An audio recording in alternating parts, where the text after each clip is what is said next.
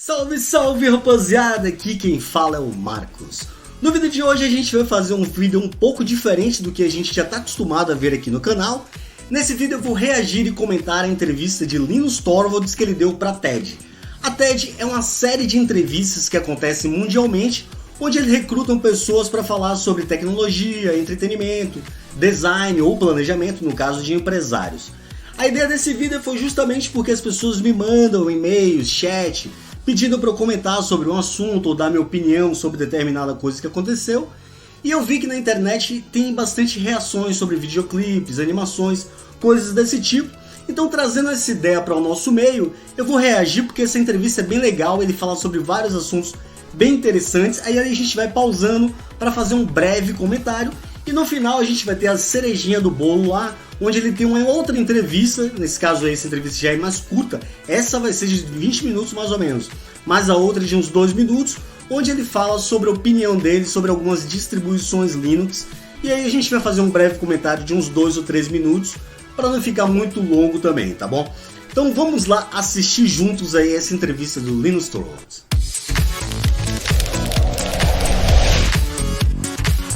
This is such a strange thing. Your software, Linux, Colocar aqui em português, né? It probably powers Português Brasil, aí você consegue ver a legenda. And I think that there are like 1.5 billion active Android devices out there. Your software is in every single one of them. It's kind of amazing. You must have some amazing software headquarters driving all this. That's what I thought, and I was shocked when I saw a picture of it. I mean, this is the Linux Esse é o quartel-general do Linux, né? Legal, o cara fica em pé, boa ideia essa. It really doesn't look like much, and I have to say the most interesting part in this picture that people mostly react to is the walking desk. Trabalho em pé. It is the most interesting part in my office, and I'm not actually using it anymore, and I think the two things are related. The way I work is I want to not have external stimulation. You can kind of see it on the walls are this light green. I'm told that at mental institutions they use that on the walls.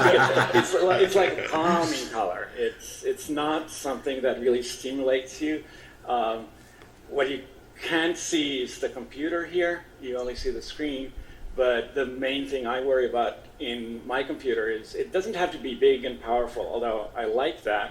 It really has to be completely silent, right? Yeah. I know people who work for Google and they have their own small data center at home, and I don't do that. My office is the most boring office you'll ever see, and I sit there alone in the quiet. If the cat comes up, it sits in my lap, and I want to hear the cat purring, not the sound of the fans in the computer. So this is astonishing, because working this way, you're able to run this vast technology empire. It is an empire. So that's an amazing testament to the power of open source. Tell us how you got to understand open source and how it led to the development of Linux. I mean, I still work alone. I mean, not really. I work alone in my house, often in my bathrobe. When a photographer shows up, I dress up, so I have clothes on. And that's how I've always worked. I mean, this was how I started Linux too. I did not start Linux as a collaborative project. I started it as one in a series of many projects I had done at the time for myself. Partly because I needed the end result, but even more because I just enjoy programming. So it was about the end of the journey, which 25 years later we still have not reached, but it was really about the fact that I was looking for a project of my own, and there was no open source really on my radar at all. And what happened is the project grows and becomes something you want to show off to people, right? Really. And this is more of a, wow, look at what I did. And trust me, it was not that great back then.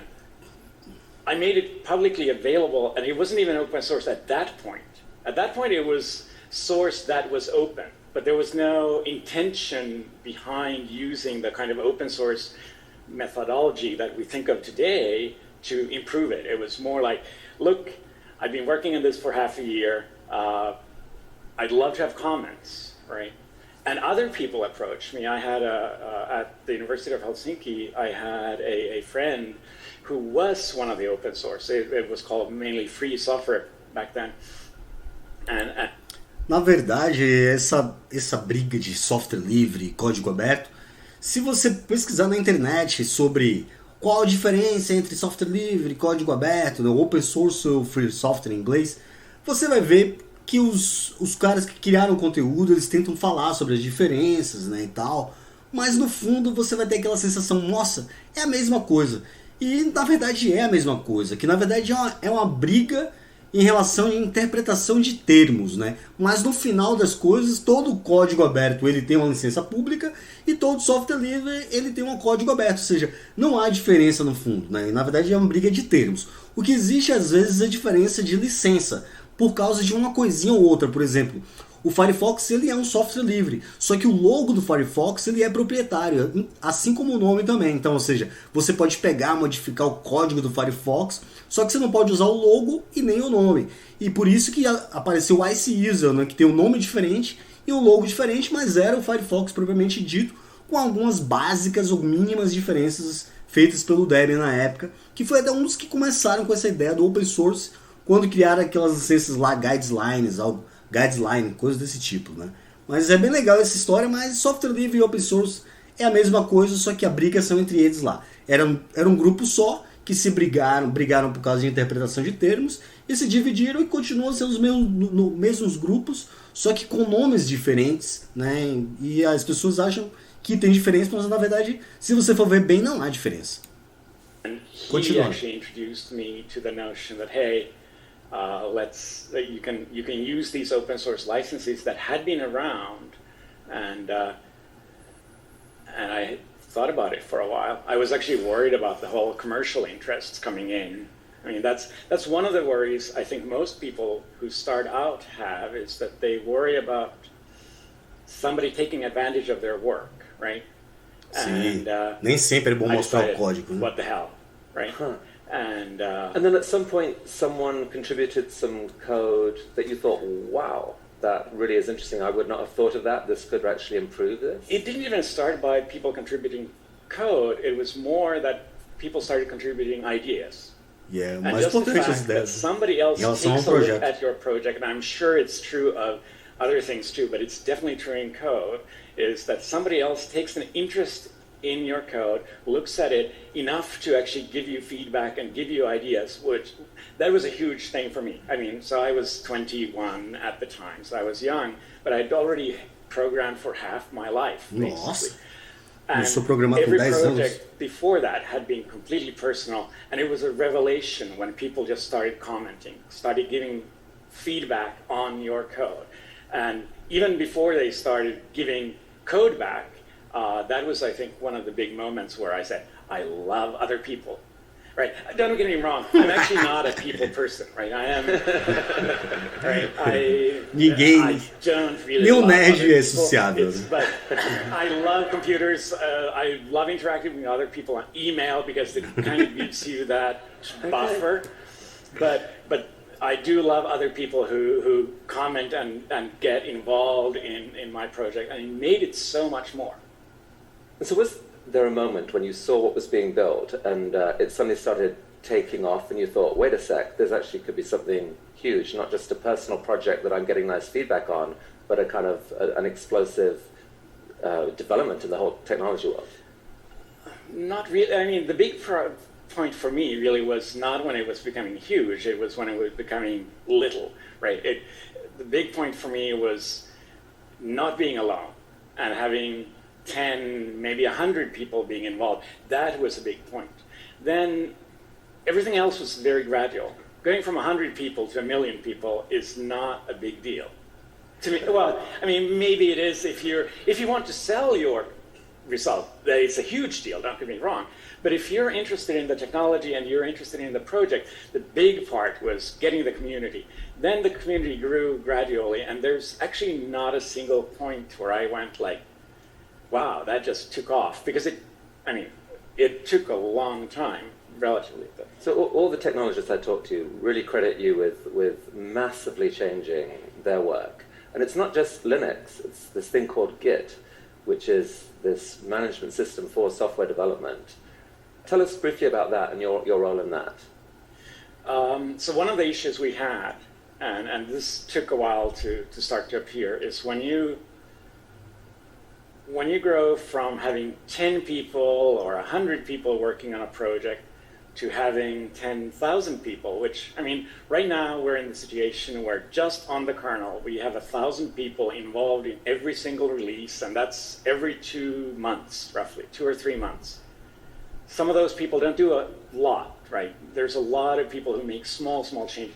But to maintain this, the scale changes how you have to maintain it. And we went through a lot of pain.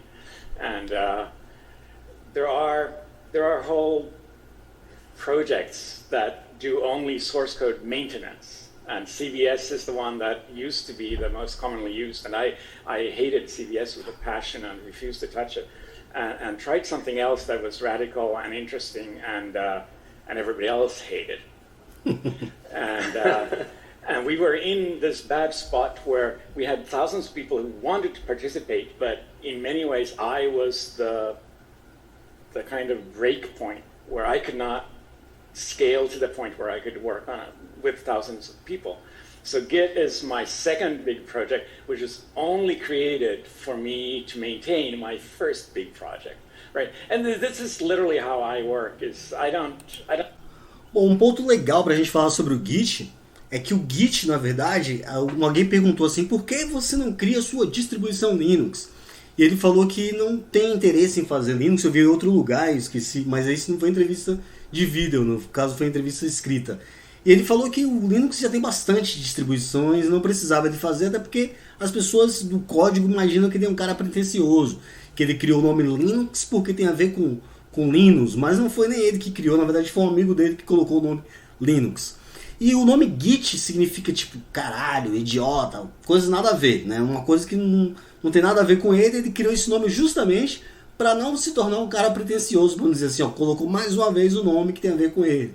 Entendeu? Então ele está falando mais ou menos de Git, baseando também nessas ideologias aí do que ele faz, né? I do code for fun, but I want to code for something meaningful. So every single project I've ever done has been something I needed, and so really both Linux and Git kind of arose almost as an unintended consequence of your desire not to have to work with too many people. Absolutely, yes. No. That's amazing. Yeah.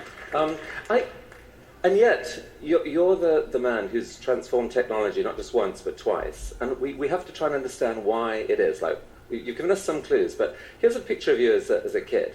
You mentioned that you've been, with the Rubik's Cube, you mentioned that you've been programming since you were like 10 or 11, half your life. Were you this sort of computer genius, uber nerd? Were you the star at school who could do everything? What were you like as a kid? Yeah, I think I was the prototypical nerd. I mean, I was not a people person back then. That's my younger brother. I was clearly more interested in the Rubik's Cube than my younger brother, right? My younger sister, who's not in the picture, when we had family meetings, and it's not a huge family, but I have like a couple of cousins, she would prep me beforehand, like, before I stepped into the room, she was like, okay, that's so-and-so, right? That's because I was a geek. I was into computers, I was into math, I was into physics, I was good at that. I don't think I was particularly exceptional. Apparently, my sister said that my biggest exceptional quality was that I would not let go, right? Okay, so let's go there, because that's interesting. You would not let go. So that's not about being a geek and being smart. That's about being stubborn. That's about being stubborn. That's about like just starting something and not saying, okay, I'm done. Let's do something else. Look shiny. And I noticed that in many other parts in my life too. That I lived in Silicon Valley for 7 years. and I worked for the same company in Silicon Valley for that whole time. That is unheard of, right? That's not how Silicon Valley works. The whole point of Silicon Valley is that people jump between jobs to kind of mix up the pot. And it's not the kind of person I am. But during the actual development of Linux itself, that stubbornness sometimes brought you in conflict with other people. I mean, talk about that a bit. Was that essential to sort of maintain the quality of what was being built? How would you describe what happened? I don't know if it's essential. Going back to I'm not a people person. Sometimes I'm also, shall we say, myopic when it comes to other people's feelings. And that sometimes makes you say things that hurt other people. And I'm not proud of that, right? But at the same time, I get people who tell me that I should be nice. And then when I try to explain to them that maybe you're nice, maybe you should be more aggressive, they see that as me being not nice. And what I'm trying to say is we are different. I'm not a people person. It's not something I'm particularly proud of, but it's part of me. And one of the things I really like about open source is it really allows different people to work together. We don't have to like each other, and sometimes we really don't like each other, really. I mean, there are very, very heated arguments. But you can find things that you don't even agree to disagree. It's just that you're interested in really different things. And coming back to the point where I said earlier that I was afraid of commercial people taking advantage of your work, it turned out, and very quickly turned out, that those commercial people were lovely, lovely people, and they did all the things that I was not at all interested in doing. And they had completely different goals, and they used open source in ways that I just did not want to go, but because it was open source, they could do it, and it actually works really beautifully together. And I actually think it works the same way. You need to have the people, the communicators, the warm and friendly people who really want to hug you and get you into the community. But that's not everybody, and that's not me, right? I care about the technology. There are people who care about the UI. I can't do UI to save my life. I mean, if I was stranded on an island, and the only way to get off that island was to make a pretty UI, I'd die there, right? so there's different kinds of people, and okay. I'm not making excuses. I'm trying to explain. Now, when we talked last week, though, you talked about some other trait that you had, which I found really interesting. Right. It's this idea called taste, and I've just got a couple of images here. Now, apparently, I think this is an example of not particularly good taste in code, and this one is better taste, which one can immediately see. What is the difference between? Uma função onde passa a referência de um valor para variável. Código em C, né? Diferente, mas usar referência não é muito bom, né? Nem ponteiro. So this is Pelo menos eu não gosto de here are actually have coded, right? Oh my goodness. Okay. So I guarantee you, everybody who raised their hand, they have done what's called a singly linked list, and it's taught. The first not very good taste approach is basically how it's taught to be done when you start out coding. And you don't have to understand the code. The most interesting part to me is the last if statement. Because what happens in a singly linked list this is trying to remove an existing entry from a list. And there's a difference between if it's the first entry or whether it's an entry in the middle. Because if it's the first entry, you have to change the pointer to the first entry. If it's in the middle, you have to change the pointer of a previous entry. So there are two tradução tá estranha, né? Apontador, né? Ponteiro. And this is better. It does not have the if statement. And it doesn't really matter I don't want you to understand why it doesn't have the if statement, but I want you to understand that sometimes you can see a problem in a different way and rewrite it so that a special case goes away and becomes the normal case. And that's good code. Programar também é uma arte, né? Muitas vezes as pessoas mandam código para mim para opinar sobre um código e tal. Eu falo, cara, você tem que valorizar o seu código e com o tempo você vai aprendendo contigo mesmo. Os cursos servem E tutoriais servem para te dar a ideia, a lógica, né? Mas o estilo que você vai programar é seu. Isso é único, né? Mas aí nesse caso aí dos kernel Linux, né, tem que ter um padrão. Né? This is not important, although details are important. To me, the sign of people I really want to work with is that they have good taste, which is how I sent you this stupid example that is not relevant because it's too small. Good taste is much bigger than this. Good taste is about really seeing the big patterns and kind of instinctively knowing what's the right way to do things. Okay, so we're putting the pieces together here now. You have taste in a way that's meaningful to software people. You're a computer. I think it was meaningful to some people here. You are a very smart computer coder, and you're hellish stubborn. But there must be something else. I mean, you've changed the future. You must have this ability to have these grand visions of the future. You're a visionary, right? So I've actually felt slightly uncomfortable at TED for the last 2 days because there's a lot of vision going on, right? And I am not a visionary. I do not have a 5-year plan. I'm an engineer, and I think it's really, I'm perfectly happy with all the people who are walking around and just staring at the clouds and looking at the stars and saying, I want to go there. But I'm looking at the ground and I want to fix the pothole that's right in front of me before I fall in, right? This is the kind of person I am, right? Esse é o cara, hein? So you spoke to me last week about these two guys. Who are they, and how do you relate to them? Well, so this is a kind of cliche in technology, the whole Tesla versus Edison, where Tesla is seen as the visionary scientist and crazy idea man, and people love Tesla. I mean, there are people who name their company. Eu só tinha assistido essa entrevista mais ou menos por cima, nem com tradução, nem com legenda, então não tinha entendido muita coisa. E não foi completa, né? Essa parte mesmo eu não me lembro de ter visto. Eu tinha passado, né?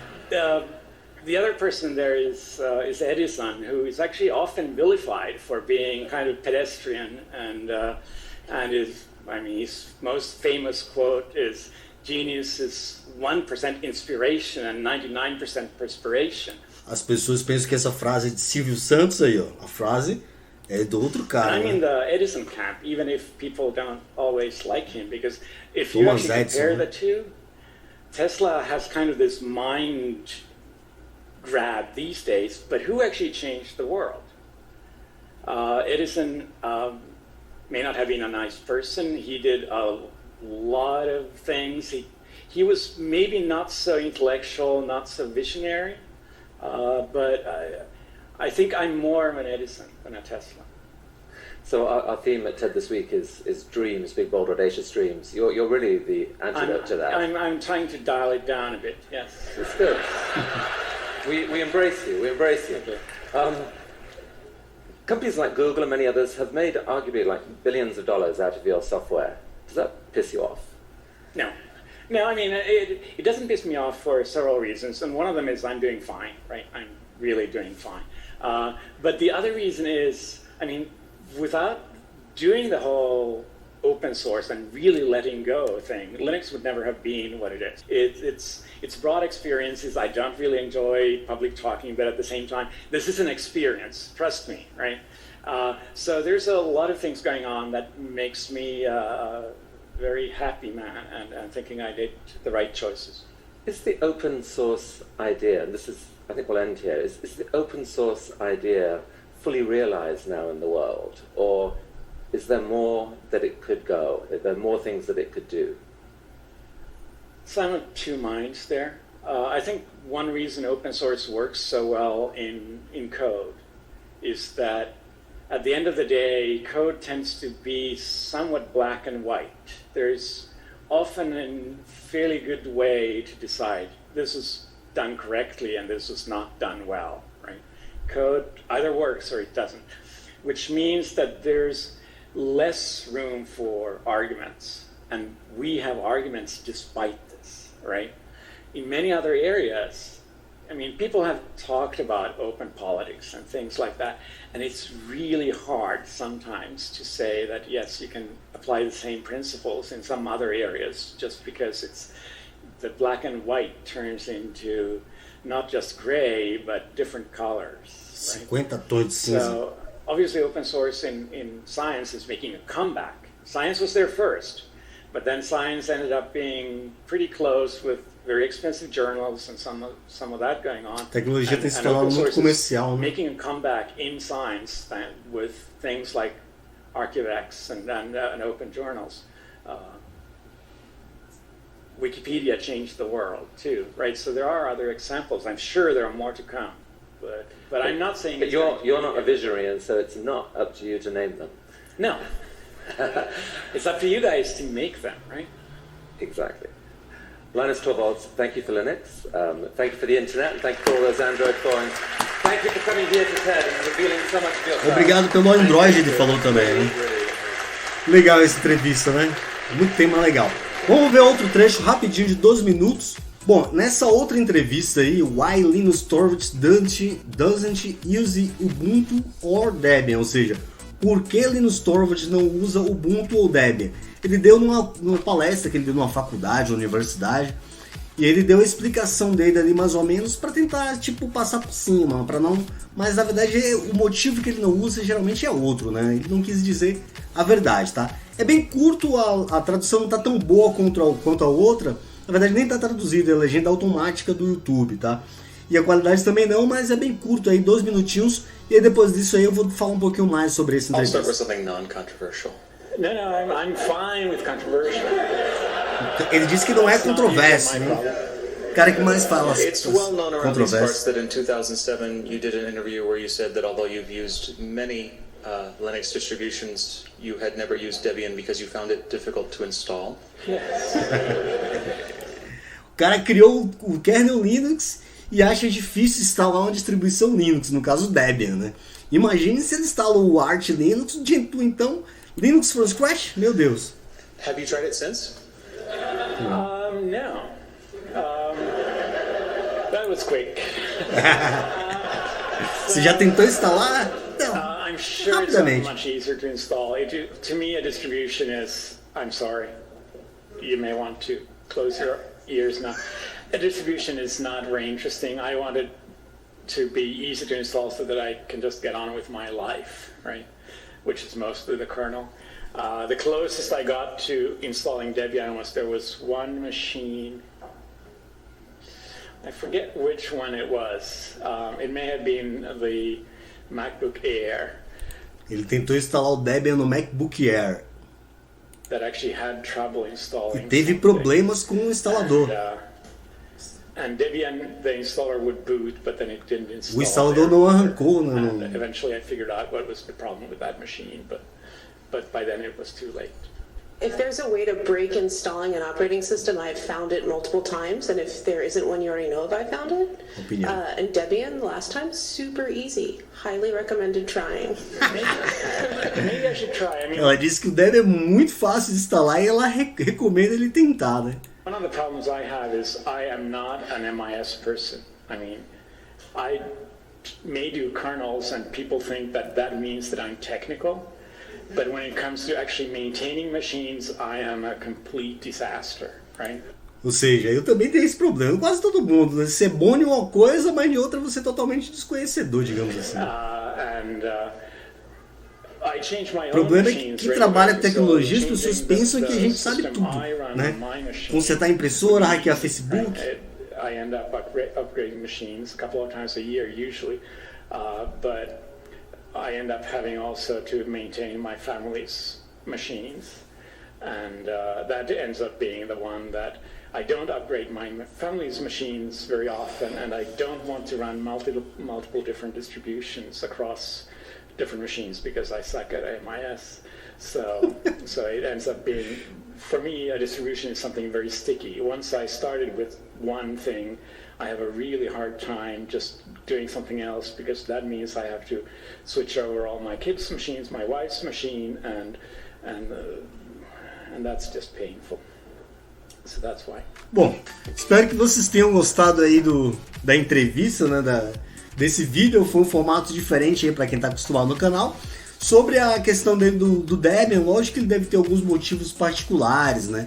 Eu vejo que o Debian tem muita gente aí que gosta, o Debian, de Ubuntu também, Mas é um problema assim que quando a pessoa está usando uma distribuição, algum sistema, alguma coisa do tipo, ela quer forçar outras pessoas também a gostarem daquilo, mas não é assim que funciona. Cada um utiliza, escolhe a distribuição que gosta, o sistema de inicialização, tudo uma questão de gosto, tá? Então não dá pra você ficar empurrando, igual a menina disse, é melhor você tentar e tal.